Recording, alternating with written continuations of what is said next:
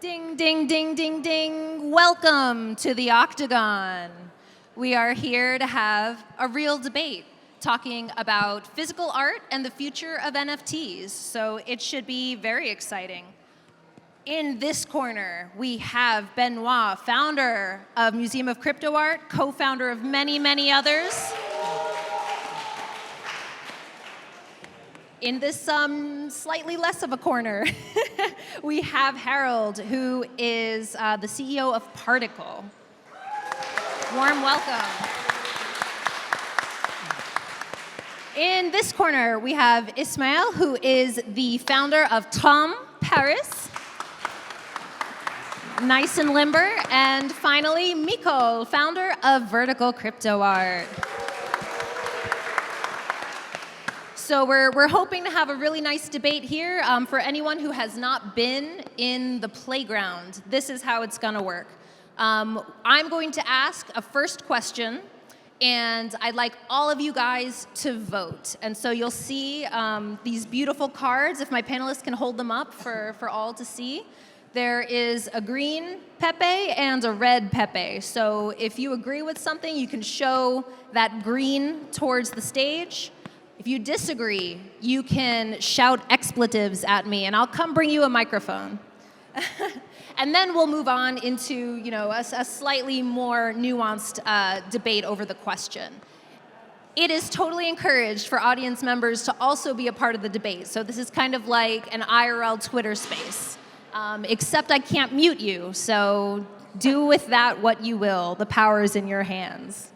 All right, so I think let's just jump in, everybody. My first question that I'd like to pose to all of the people here and to everyone on the audience. Do NFTs need a physical artwork to accompany them in order to go mainstream? Show me a green if you think yes. Show me a red if you think no. Okay. Oh, spicy. All right. Who would like to start? Who's going? And round one. So no. There's no need for physical to go mainstream, and I would go further. I don't understand why people say if there is no physical piece, it's not an artwork. This is something we hear a lot, right? When I talk to people about NFT art, and I show, they say, no, it's not real art. There's no object. There's no physical thing. And I just don't understand, because, this concept of don't touch the art. My parent told me, don't touch the art. I tell that to my kids, don't touch the art. Everyone knows that. In every culture, don't touch the art. And we have something that we cannot touch, and it's not art. Something's wrong. And so why do we say, do not touch the art? Because it's fragile, so you don't want to break it, right? But NFT, you cannot break it, or it's a different way to break it, but and because it's sacred, the artwork is not limited to the object. The object become an artwork, and it's something different than the material that was used to make it. The artists, they only use paint and canvas and wood to carve and stone to carve. They just use those things to create an artwork which becomes something visual once it's done. It's something you see, it's something you feel. It's an experience. And the object is not really necessary, right? The art becomes an image, an icon. Maybe think Mona Lisa, all right? How many people for the last 100 years did touch Mona Lisa? How many people? Maybe 2 people touch Mona Lisa? We don't care. It's an image, And most of the time when I visit museum and I see artworks that I know from the books, and for the first time I've seen in real life, I'm surprised because I didn't know it was that big. I didn't know it was that small, And still, I know the artwork.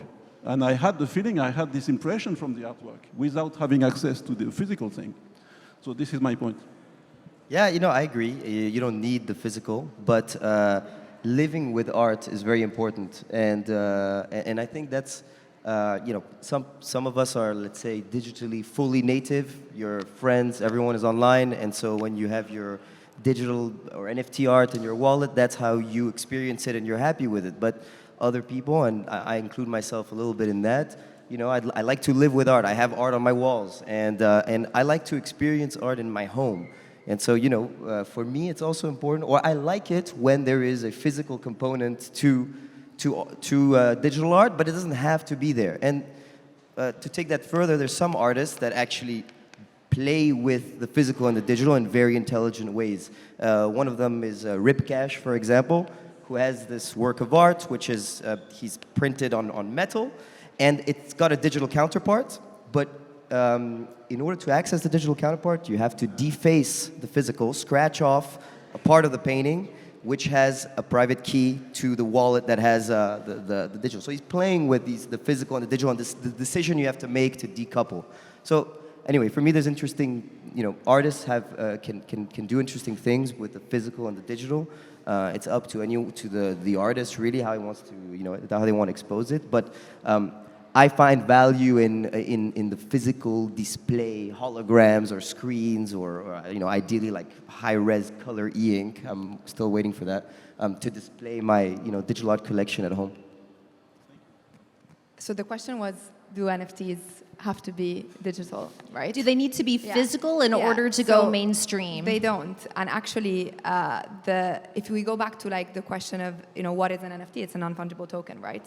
So for me, like, what is interesting is actually artists that are experimenting with the blockchain in the creation of the work itself. And that is like even extending the medium of, you know, digital art into actually art that is made for the blockchain, art that is made almost, that can entirely only live as an NFT. And I think, you know, when we look at that, like artists like Simon Denny, Robert Alice, you know, there's many, of how they pioneered, you know, blockchain-based art into the world of digital art, then that's, you know, that's extremely interesting. So no, I definitely don't think that they need to be mainstream. I actually think that if we look at what institutions are looking at in terms of NFT art, it's primarily, and let's say to a certain degree, almost only art that has been created through the use of the blockchain as a medium and as a technology, as a canvas. So yeah, that's my take. Okay. I feel like everyone is obsessed with the mainstream, and I would say, fuck the mainstream. The mainstream would come on board when they will come on board. Yeah, now, who says fuck the mainstream? Let me see those green pepes. Now, having said that, I think the physicals are important for the artists because it empowers them.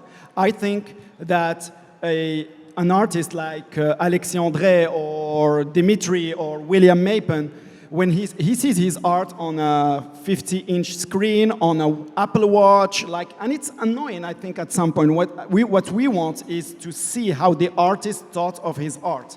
The size, the texture, the color palette, and all these things. And that's why I think physicals are important, because it empowers the artist, and we get to see the true eyes of the artist when he thought about that art piece. Yeah, and I mean, how do we feel about, like, there's so many artists who are now adding a physical piece with, for example, the Genesis work. So the first collector gets to have a physical representation, or maybe that's actually the original. So, I mean, is that, you know, something that's going to help NFTs flourish, or?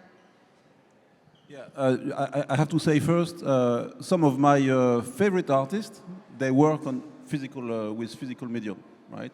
And still, they come up, the outcome is a digital file. I think for many artists, they are in a way inspired by those physical things. They are inspired by the fabric. They are inspired by the matter, wood, stone, glass. I don't know, the texture of a paint. You know, it inspires them. How the paper reacts. And I think that some artists, they need to have those elements work together to create the effect that they want. But the outcome is still an image. So once the outcome is created through physical things, it becomes a digital file, right? And it becomes immaterial, and it's just an image. And you don't need anymore the physical things. But they still need to work on those physical things to create the art. It's a way to create the art. And this is the definition of Genesis. This is the Genesis. They create this art because they need to work with those things to create the art. This is the effect they want to create. And then, once they created it, they can do NFT, but then there's this Genesis piece. Some artists choose to keep it, never sell it. Some choose to sell it.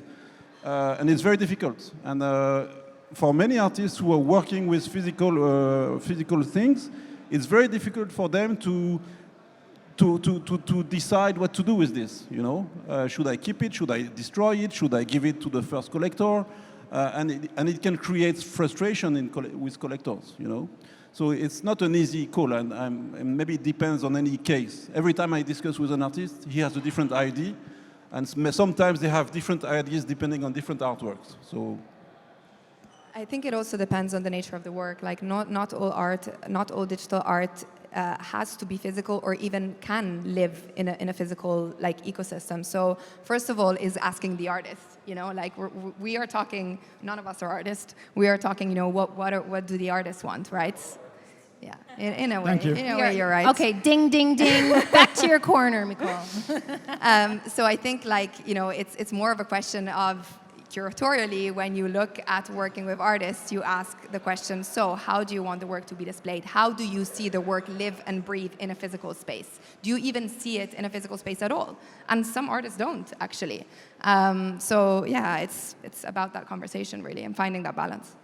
Yes, you said that artists add a physical piece afterwards, like once they did a Genesis. To me, that doesn't make sense. What I would want is that an artist expresses himself on both spaces, digital, physical, from the beginning. That's what we want. And I want digital provenance combined with a physical piece. I can't help but give the example of the collection we did with Mac 33.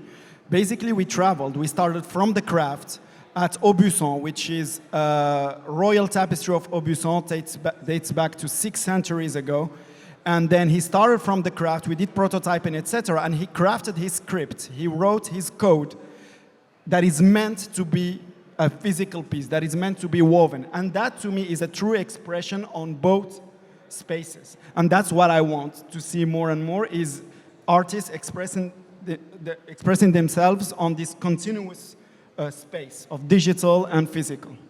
Yeah, like transcending Yes. the borders. Yeah. So you bring up a great point, which is, you know, this kind of move that we're starting to see of perhaps physical items, physical artworks being tokenized as NFTs. So I'd like to pose this question to the audience. Do you think that that is the direction where we're going, where all of a sudden we're going to see Sotheby's have everything tokenized as an NFT, whether it is digital or not?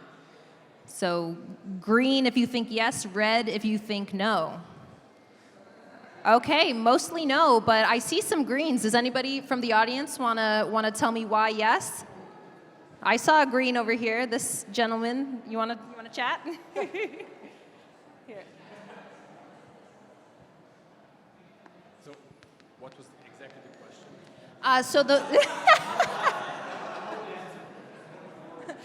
So the question is, do you see, you know, major auction houses and anyone who sells physical pieces as tokenizing these artworks on the blockchain as their, you know, authenticity certificate? Yes, I think yes, in the future, and not only that everything will go tokenized. So everything, fashion, and you had these panels before. So I believe everything is changing. This digital revolution will come out to the physical as the artist. So I have this in my mind, the vision. Just like the internet was a revolution of information, and ultimately all information found its way to the internet, what we're going through next will be a revolution of value, and all value will have provenance on-chain. Yes. All right, any other thoughts? Okay, getting in my steps today. I don't really think it will. I don't really think physical art is going to be tokenized. Reason is that physical art is going to disappear, and NFT are going to take over. Bum, bum, bum. All right, who has something to say? Giselle.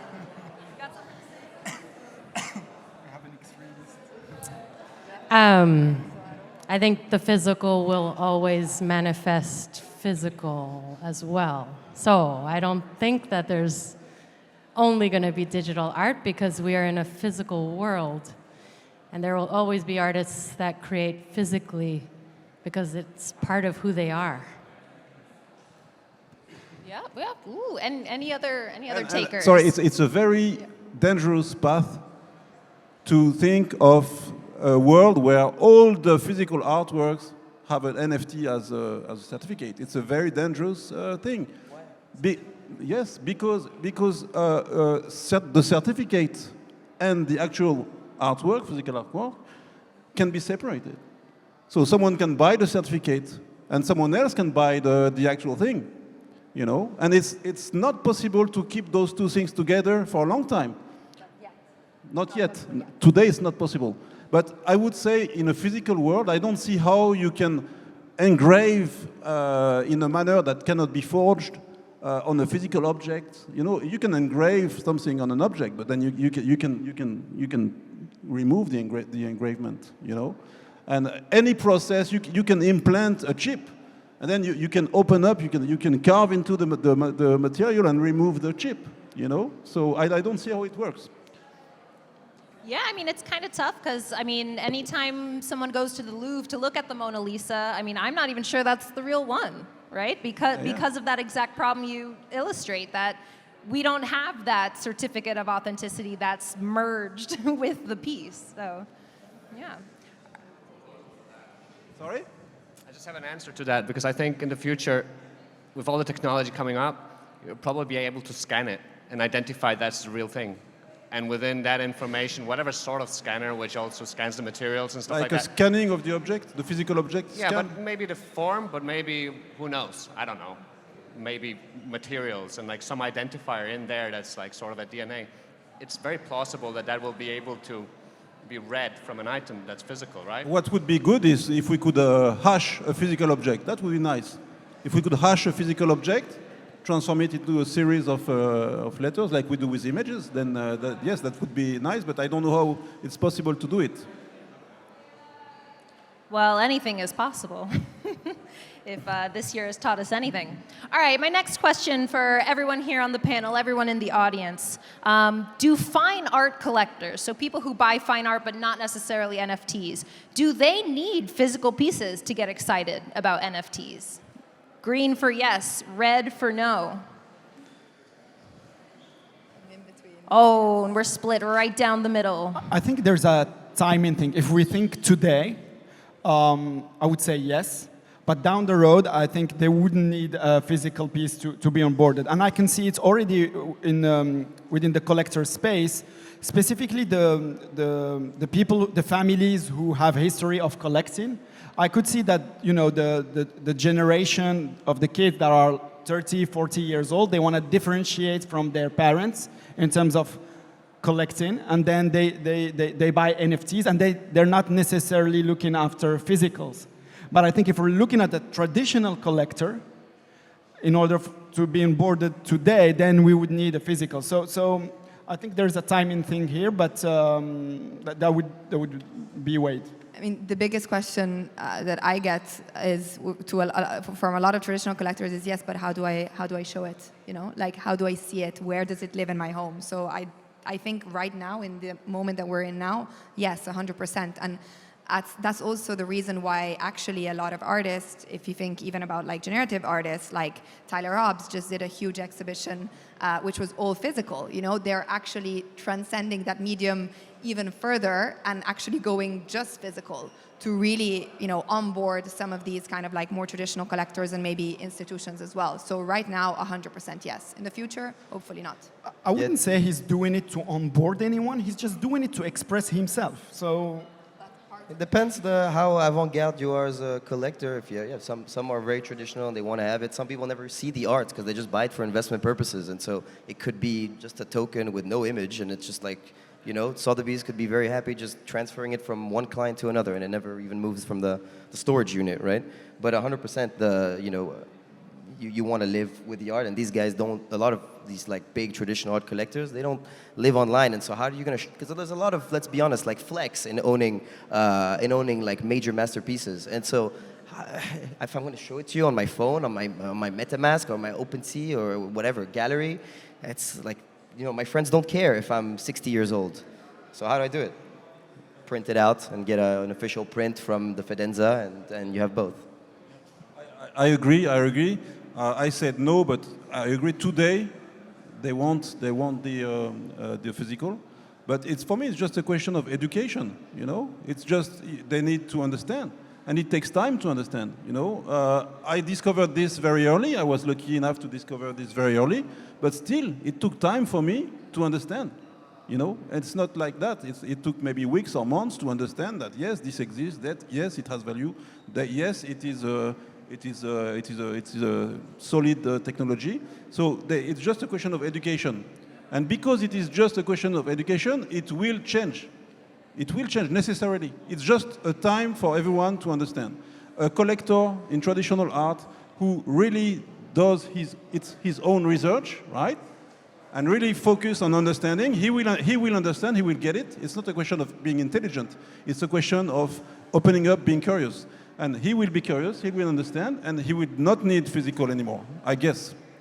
Yeah, it's also a question of, the art that you buy is a reflection of yourself. Of course, you can tell a lot about a person from what they collect. And so it's, culturally speaking, if, you have to have some kind of affinity for the digital world. And some people don't have that. There's, some people are 20 years old today and they only collect physical, traditional, oil on canvas. And you have some older collectors that, absolutely have always been collecting video, etc. And now for them, this is revolutionary. So it's, it's also a question of culture and how you, what your interests are, I think. Yeah, very nice. Anyone from the audience? So, I want to build on the point that Micol made, which is, today, again, we're mixing up physical with display. And I think there's a huge deficiency in display. Like for me, I buy art to enjoy it, and it's retarded for me to enjoy it on a phone. I mean, some of these pieces are beautiful, and I think they can compete against the physical canvas. And this, I think, is a real deficiency in the market today. I would guess most of the stuff that's on display, people probably stick a USB stick into the display. That's just stupid. And I think there needs to be a big evolution on that front to bring this beautiful imagery into a way you can actually display it. It still remains digital, right? But it's displayed in a way that celebrates the art. Yeah, who here thinks there's a disconnect between the art as it's made and the art by which it is enjoyed? Let me see a show of Pepe's. Is there still this, are we getting it right? Are we finding ways to showcase art? Do you know the story of this, I think it was Mondrian piece that was hanging upside down for 45 years? Yeah? So digital art solves this, right? It's the size, it is decided. And it's an example where the art was displayed in a way that was totally different from what the artist was willing. And for the very old pieces, they don't look like the way they were when they were created. And some people's full-time job is to try to find how it was at the time, to try to restore it the way it was when the artist created it, right? So the materiality of art is kind of its weak point. It's a weak point. Yeah. I just want to reflect on this special thing. Abstract art, in my opinion, as I have learned that, it doesn't need to have one side. So this was maybe not wrong from the artist. Just think out of the box, I wanted to say. But yes, you are right. And there has to be also an option that the receiver, the audience, has the freedom maybe to turn the NFTs as they like, right?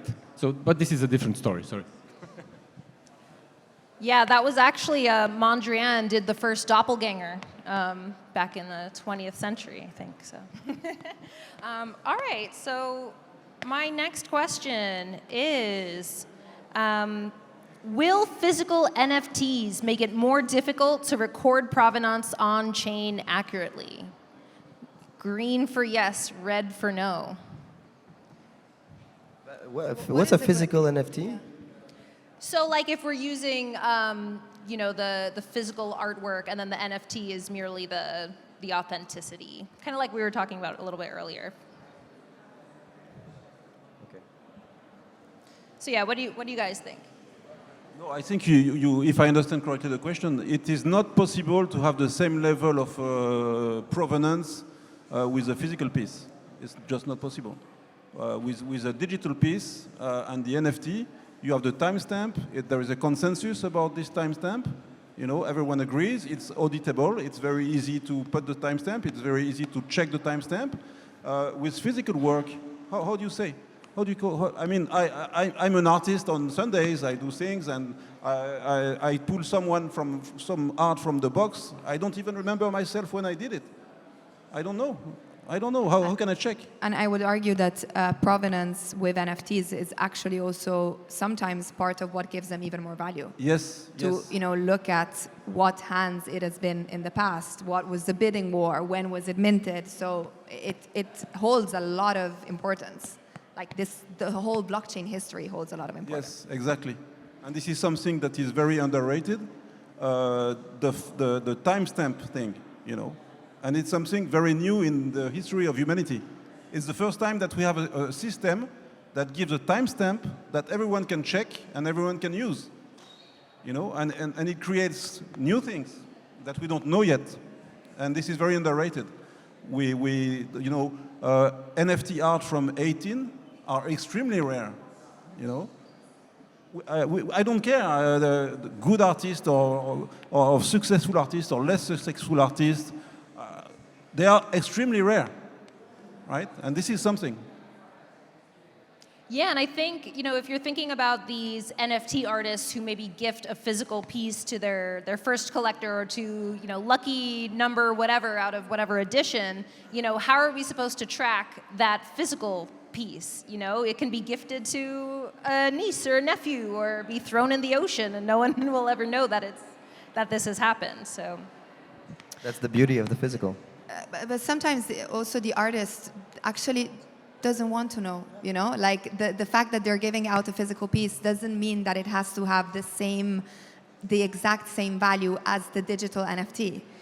The fact that they're giving it out to the collector and then they maybe decide to, I don't know, burn it or put it on their walls or give it to their friend. They actually don't care, you know? That's a gift and it's there, you know, for them to do whatever they want with it. With the NFT, I guess because of what we're talking about, like this provenance, this blockchain history, it automatically has a different importance, you know, because it's there, it's visible, it's transparent. That's what blockchain is for, right? So. Just kind of to add to that, I did a retrospective exhibition on Nifty Gateway a number of years back with physicals and NFT counterparts. A number of those pieces, the collectors then resold the NFT for a profit and kept the physical. So it's interesting that's, for them, the physical is more important. They use the NFT as a way of making income, and they kept the physical piece. Yeah, so it totally depends on the collector. What was the Diamond Hirst percentage? 50-50? Almost. Approximately 50-50. So when the collectors were given the choice, 50% kept the physical and 50% kept the digital. Wow. So we're kind of talking here a little bit about physical twins. Does anyone here think that the idea of a physical twin is killing the idea of NFTs? Yes. All right. I'd love to. Oh. Ooh. I'd love to hear why. Yes, I feel that when we think about a twin, it's super reductive. And an artist, like I said, has both digital and physical space to express himself with a holistic approach, a holistic creative vision. To me, what I would expect, like for me, a print or the twin is like one-on-one, the most basic thing someone would think about. But what I would look at in the future is maybe an artist releasing a Gen Art collection, and then you mint it, and once you mint it, you receive a flower bouquet. That's the physical expression. I don't know, you get a pint in a pub. That's his expression, that's the physical. So it doesn't have to be twin. It's quite annoying, actually, when you think about it, like this twin thing. I don't know. For me, some generative art or any other digital art is visually aesthetic to me, and like I said before, I want to live with it, and so for me, there's no problem at all to have a physical counterpart, whether I've produced it myself because you know it's not available through the artist, or whether I went through Tyler Hobbs's website and redeemed my Fidenza print, whatever. For me, it's up to me. I don't think there's really an issue with that, because to me, living with your art is one of the more important things. And do you feel the same of like a static image versus a moving image? I mean, right now it's difficult to display unless you want to have a TV. Right now, it's a TV. A free open. heater in your, yeah, like a heater in your living room. Yeah. So yeah, it's different. Of course, some art that doesn't lend itself as well to the physical realm, I guess. Yeah. About the twin, I think it's a very big issue for me. You need to decide what is the art, what is the artwork. Is it the digital art, or is it the physical thing? You cannot maintain a kind of vague idea of, yeah, this is the art. There are two things. This is the art, because they will split up. At one stage, they will split up, and people will say, okay, I bought this twin. Okay, and then I sold the NFT, I kept the physical, I sold the physical to someone else, and then someone will, let's say this artist is very successful and the physical piece ends up in the museum, and the person who has the NFT says, hey, come on, this is my thing. How come? And the other way around, you know? So you need to decide, you need to be very clear, where is the signature, basically? Where is the signature? And I think you shouldn't, if you do an NFT, it means that you sign the NFT with your wallet address, you sign it. And then if you do that, you're not supposed to sign physically the same piece somewhere else. I think because it could create a misunderstanding, you know? If it's the same piece. Now artists play with twins, but creating different things. This I understand, this is different. I don't necessarily agree with the fact that you shouldn't do it. I think, you know, they can do really whatever they want. If they decide to do a physical work that accompanies the artwork, then maybe, you know, to your point, if it then becomes that it's being exhibited in an institution or whatever, then maybe there's some kind of instructions that go with it. But I think we're kind of overcomplicating it even more than it is. I think the word twin is what kind of is the complication. It doesn't necessarily have to be a twin. The NFT is the NFT, and then the physical work has a life of its own, you know. And if it ends up being exhibited in a museum, well, good for the person that owns the physical. Even conceptually, if the artist decides to create a twin, then you know that's artistic in itself. Like you said, maybe the NFT is sold and he keeps the physical, but then the physical suddenly is accepted into a big institution, and that then suddenly changes the whole game of, you know, where is the art, what is the art. So it becomes really actually quite interesting.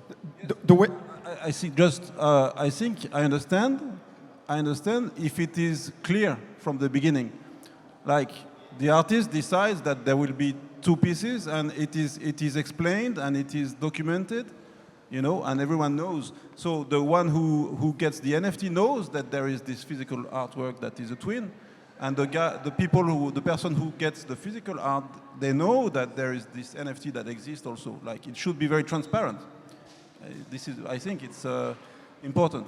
I think in our case, when we did the generative tapestry with Mac 33, I think both the NFT on a standalone basis is work of art. It's gen art on a standalone basis. The tapestry on a standalone basis, the physical tapestry, is work of art. Combined, you have something even more powerful. So that's how I see it. I feel like on a standalone basis, both the NFT and physical artwork have value, and combined is even bigger. The way we do it is that when you purchase the NFT, you have the right to produce the physical piece. And you can produce as many as you want. So you, as a collector, you decide on the scarcity. If you want only to have one physical out there, just order one. Don't sell your NFT. If you sell it to someone, you keep your physical, and then that new collector can actually order those physical pieces. So that's why I think Gen Art brings this power of making the NFT on a standalone basis very powerful. You know, I had some artists who came to me and they were selling physical artworks, painting, and they did sell their paintings, but they had pictures of their paintings, and they said, well, it's very easy. I'm going to go into my library of a picture of my painting that I sold 1 year ago, 2 years ago, and just make NFT and sell it. And I said, this I don't like. I mean, personally, I don't like. As a collector, I would not like to buy an NFT and then discover that it was a picture of a physical artwork that was sold a year before. Yeah, this is nonsense. I mean, what he's Exactly, doing but is it nonsense. It happens. Yeah, it but happens. we cannot base our, feeling about all this based on one experience with an artist who's just a fool doing this. I mean, But it happens a lot, and a lot of artists, they take advantage of this to like duplicate their work. It exists, and almost every day I say, no, you shouldn't do that. So this is important that we know that it exists, and that there are. What about photography? Yeah, but photography, there's a supply that is defined at the beginning. I had this same question with a photograph. Okay, he said, I made an edition, 10 prints of this photography. Okay, 10 prints, they sold, and he wants to make 10 more for NFTs. So I don't know. It was maybe it was not decided at the beginning. So it's kind of. I had a similar with photography. It's an interesting one. I bought a piece from a photographer, and then like a few months later, he said, I actually sell. I'm gonna make 9 prints that I'm gonna sell through Saatchi, and you're gonna get number 1 of 9 because you own the digital, but there's gonna be another 8. And I felt a little strange about it, and I don't really have an answer to that. I think even the artists themselves are grappling with that because he has his practice through prints and his business through prints as well. And so I think marrying those two is very difficult, especially on photography. Yeah, I understand the artist's approach because everyone is trying to figure out a model, and he had opportunity, so he's jumping on it, but maybe he should have consulted with you before. In the meantime, I think the best is to have clear rules that are fixed at the beginning and stick to them. But we're all building and trying to find a way to do it, but I think at the end of the day, like everyone does prints, so I think physicals are quite interesting, both for the collector to have his art exhibited and for the artist to actually express himself in a holistic way. And how does this square with, the idea of the sovereign artist? I think there are a lot of artists here would probably think, I can do whatever I want. So how does this whole discussion fit into the ethos around Web3, which is, let's do what we got to do to see our vision, and as it changes. Yes, I agree. Artists, they do what they want to do, and then collectors understand or don't understand, And this is the game. And if collectors understand what you do and like what you do, fine, it's excellent. You have success. If they don't understand, you don't have success. So it's a game. And Pac played the game, and he had a lot of success. He made fun with his collectors, can fool his collectors. And the collectors, they liked it, right? So he won the game, right? Little BDSM collectors, I guess. It's a free market, right? So everybody, can really do whatever they want, whether it's how much you're minting, whether it's how you decide to sell your collections, whether you then decide that you want to do physicals, but I haven't told you before because it just kind of popped in my mind. So it's more about, I think, like from an artist perspective, I guess, you think about collector relationships that you want to have and how you want to be perceived. And I think that's what's important to consider as well. But at the end of the day, it's a free market, so anybody can do whatever they want. Anyone in the audience have anything to add? Any feelings, questions, concerns? All right. So let's talk a little bit about how like physical pieces work into the ethos of digital art. Like, do you guys see NFTs with physical twins like being their own thing, or how does that fit into kind of the culture of the space, which really did emerge from a digital culture? So one observation about that is that the crypto art started with physical artworks. The first crypto art was physical artwork, from Pascal Boyard, from Trevor, and there was an exhibition, the first crypto art exhibition, I think it was in September 18 in Paris. It was Pascal organized that. It was only physical pieces. So it started with this. So yeah, it was just an observation. So, and then NFT came in, but crypto art is started with physical things. Not answering the question, but it's just an observation. No, that's nice. I think when we think of crypto art, it's so easy to think about 2018 NFTs, and those things are not synonymous. Yeah. Crypto art really started elsewhere, so yeah. I think when I think about digital art and when I talk about digital provenance, to me it's not about NFT as a medium. It's about algorithm-based art, so in the creative process. That's what I'm interested in. So the NFT has this double role. One is a medium to show the art, sell, buy, etc., all the operations we talked about, transactions. But another one, in the case of generative art, for example, it's the expression of algorithm-based art, and that's very interesting. So the way I see it translating into physicals, as you asked, is that maybe we could take part of the script, part of the output, in order to fuel it into a physical piece. And that way you have actually a physical piece that is unique, because that component that you take from the NFT is unique. And at the same time, you have that digital provenance. And that's how I see this play between digital and physical. I don't know if it's clear, but... Yes. And I see personally more and more artists playing with physical and digital. The outcome is a digital file. The outcome is an NFT with a digital file, but it involves in the process of creating a lot of physical things. For instance, recently, Miss Al Simpson, she made a series for NFT Factory. It was called Indigo Town. And she explained to me the process. So she would first go with AI generating image with AI, right? Then print the output, then paint it physically, overpaint it physically, then digitalizing the physical thing, and then reworking on the computer to add some pixel and some glitch.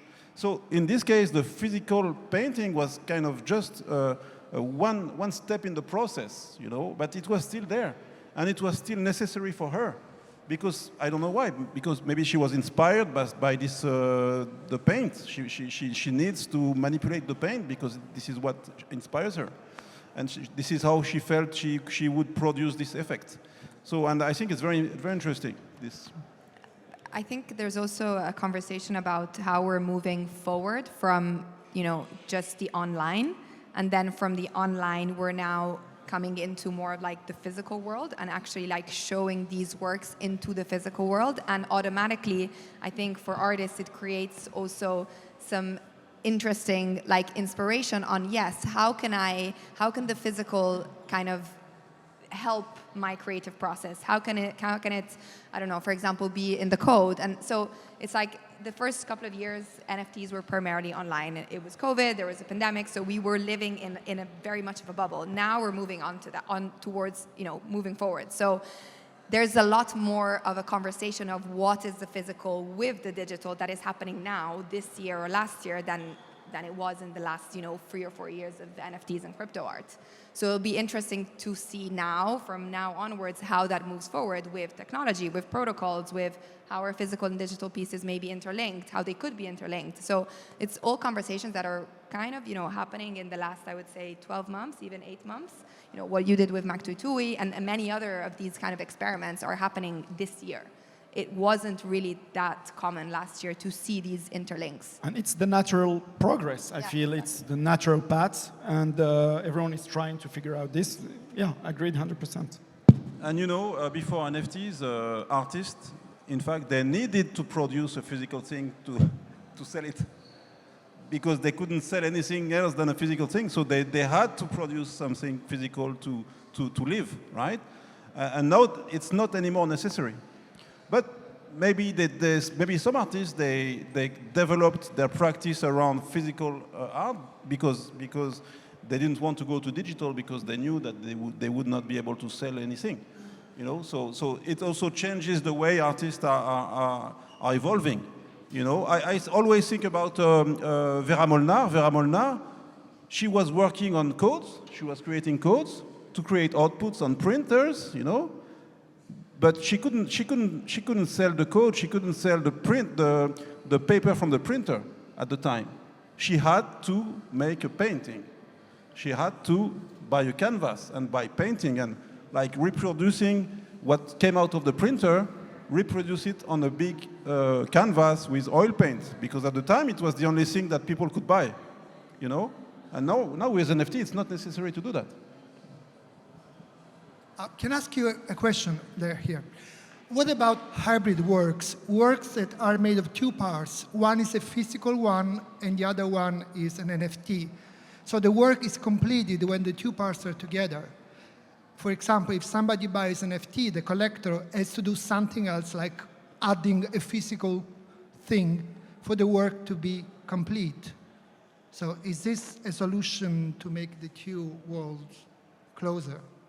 So if I understand, you have a digital side of the digital part? A work made of two parts. A part it's is a twin, so it's one work, but made of two parts. Oh, and you need to assemble them. Yeah, so it makes it complicated because the work cannot be displayed on the metaverse because it needs the physical, but it can be displayed on the physical space because there you can show both. Yeah, it's interesting, but I think it's very very courageous to do that, because you lose all the benefit of the NFT and the easiness to sell it, you know, because basically you produce something that is very difficult to sell.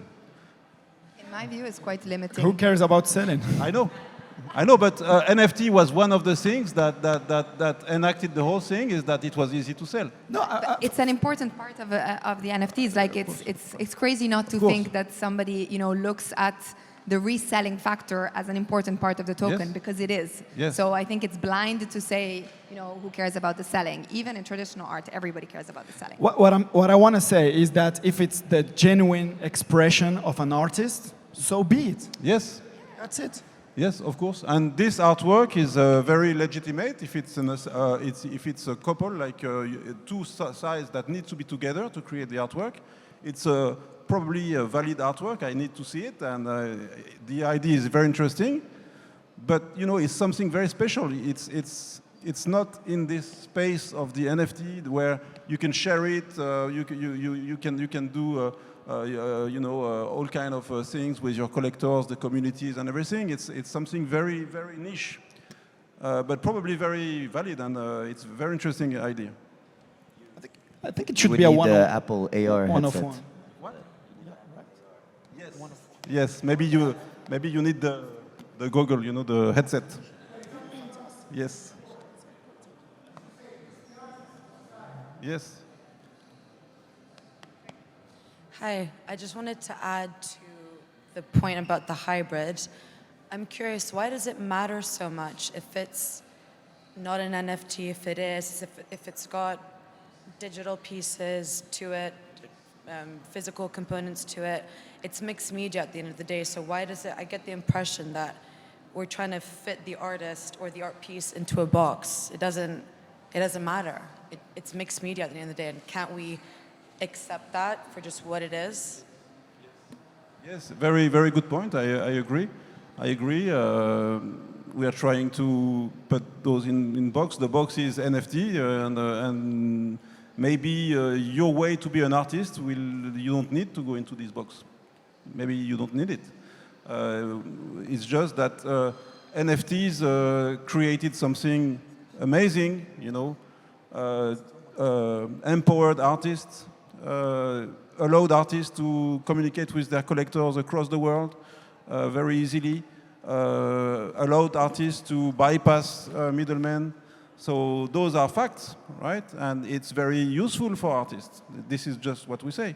And if you want to use this, you need to play the game. And if you do something else because you need, as an artist, to express differently, then you will not be able to use this facility.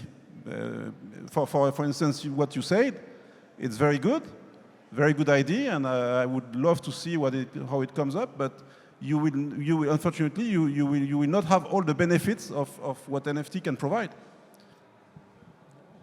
I don't agree. I actually think that like you can do whatever you want, and it's a really exactly, and it's a really good idea, and maybe he will find the perfect fit for the work that you're trying to do. So yeah, I don't think we're trying to put things in a box. Obviously, we're discussing physical and digital, so we're trying to see how the two fit. But at the end of the day, art is made to express, right? It's a form of expression. So whatever that form may be, that's how it's going to be, right? Yeah, Like, and I mean, with the kind of where the world is going, with like our lives becoming more and more digital, but also a lot of like a trend of trying to get back to reality. These decisions that artists make with their art and how to play with those two concepts, I think is amazing. And so honestly, it's some of the most interesting conceptual art involved both of these, and interesting ways of the interplay of both. So for me, that's what interests me a lot, and I love to see artists play with those two. All right, guys, we're coming down to the wire, but I have one more question. Get your pepes ready, everyone. Is physical art outdated? Green if you think hell yes, red if you think no. No, ooh, down the middle again. What are we thinking? Is physical art outdated? I don't think it's outdated. I think it holds a very important place in the history of art. It will never be outdated. It's like saying like I don't know, like somebody who collects like old coins, like they're not outdated, they're historical. So I don't agree with this. I think what we're seeing with digital art and NFTs is an extension of where culture and technology and the world is going. That doesn't mean that what happened 10, 20, 50, 100 years ago is outdated. If by outdated you mean, is it the contemporary art movement of today? I would say no. Because to me, the contemporary art movement of today is generative art. And that's, I think, everything with digital provenance is contemporary. But I wouldn't say that what's past us, our historical baggage, is outdated. It's not. But if someone enjoys to make, handcrafted leather belt in Tuscany, it's great.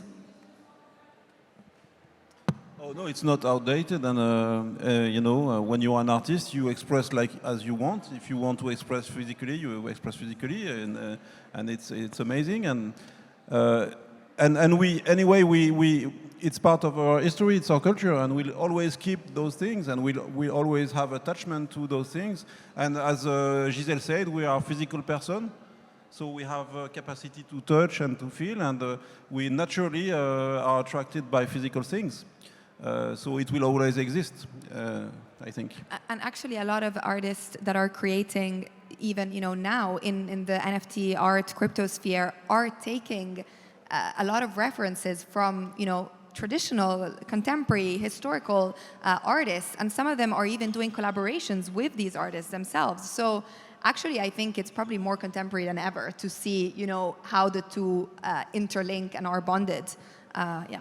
Yeah, and anecdotally, I think the people are saying, the traditional art collectors are going to move and start collecting digital art. That's the future. It's going to be the boom. But actually, it's the opposite.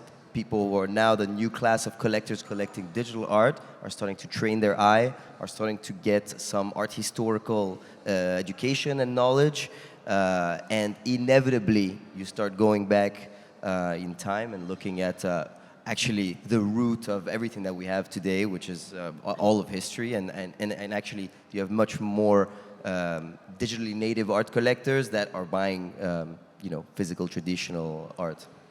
I would like to say something is that I think we would do this Web3 artists or generative artists, as we call them, a favor to stop calling them generative artists and just say artists, because they have their point of references, they express themselves using various mediums. We've seen Picasso expressing himself with poetry, with ceramics, and we've seen artists throughout history first having a medium of choice and then expressing themselves through other mediums. And that's what the artists we know today, the Dimitri, the William, they have their medium of choice. And now is the time for them to explore other media, sorry, that's the plural. So yeah, let's just call them artists. Hell yes. I think we can all agree with that. Have a yes? Do we have a yes? Thank you. All right. Anyone from the audience, or is physical art outdated? Anything you want to add? It will never be outdated, because if you want, your chair is an artwork. Okay. And did someone record that? But because this is an artwork, what you've just said. I spoke to some people who say even your spleen can be an artwork. So everything is beautiful. Even the garbage is beautiful. Yes. All right. Well, I think this is a great place to wrap up. Thanks everyone for coming. Thank you. To our Do panel. not touch the art. Do not touch the art. Touch the art. Benoit, Micol, Harold, Ismail, and I'm Vinny. Thanks for coming.